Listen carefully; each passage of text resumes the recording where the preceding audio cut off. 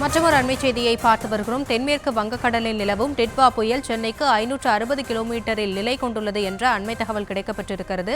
கடந்த 6 மணி நேரத்தில் வடக்கு வடமேற்கு திசையில் மணிக்கு 10 கிலோமீட்டர் வேகத்தில் இந்த புயல் அகர்ந்து வருகிறது. விவரங்களோடு இணைகிறார் நம்முடைய செய்தியாளர் வெங்கட்ரமணன். அந்த புயலின் தற்போதைய நிலை மற்றும் முழு விவரங்கள். வணக்கம். இலங்கையின் கடலோர பகுதிகளிலும் அதனை ஒட்டிய தென்மேற்கு வங்கக்கடலில் நிலை கொண்டிருக்கக்கூடிய டிட்வா புயல் கடந்த 6 மணி நேரத்துல வடக்கு வடமேற்கு திசையில் 10 கிலோமீட்டர் வேகத்தில் நகர்ந்து வருகிறது. குறிப்பாக புதுச்சேரிக்கு தென்கிழக்கே 460 கிலோமீட்டர் தொலைவிலும், சென்னையிலிருந்து தென்கிழக்கே 560 கிலோமீட்டர் தொலைவிலும் இந்த புயல் என்பது மையம் கொண்டிருக்கிறது.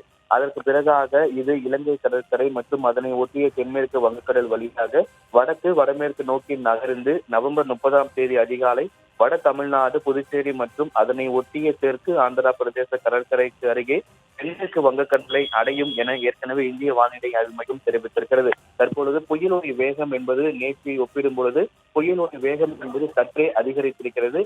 கடந்த 6 மணி நேரத்துல வடக்கு வடமேற்கு திசையை நோக்கி நகர்ந்து 10 கிலோமீட்டர் வேகத்தில் நகர்ந்து வருகிறது. புதுச்சேரியிலிருந்து 460 கிலோமீட்டர் தொலைவிலும், சென்னையிலிருந்து 560 கிலோமீட்டர் தொலைவிலும் தற்பொழுது இந்த புயல் மையம் கொண்டிருக்கிறது.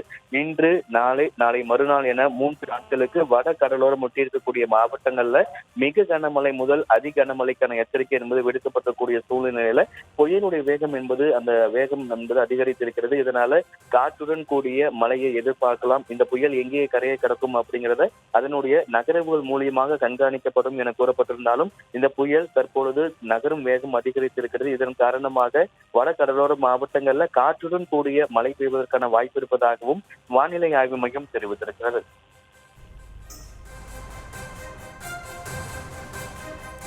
விவரங்களுக்கு நன்றி வெங்கட்ரமணன்.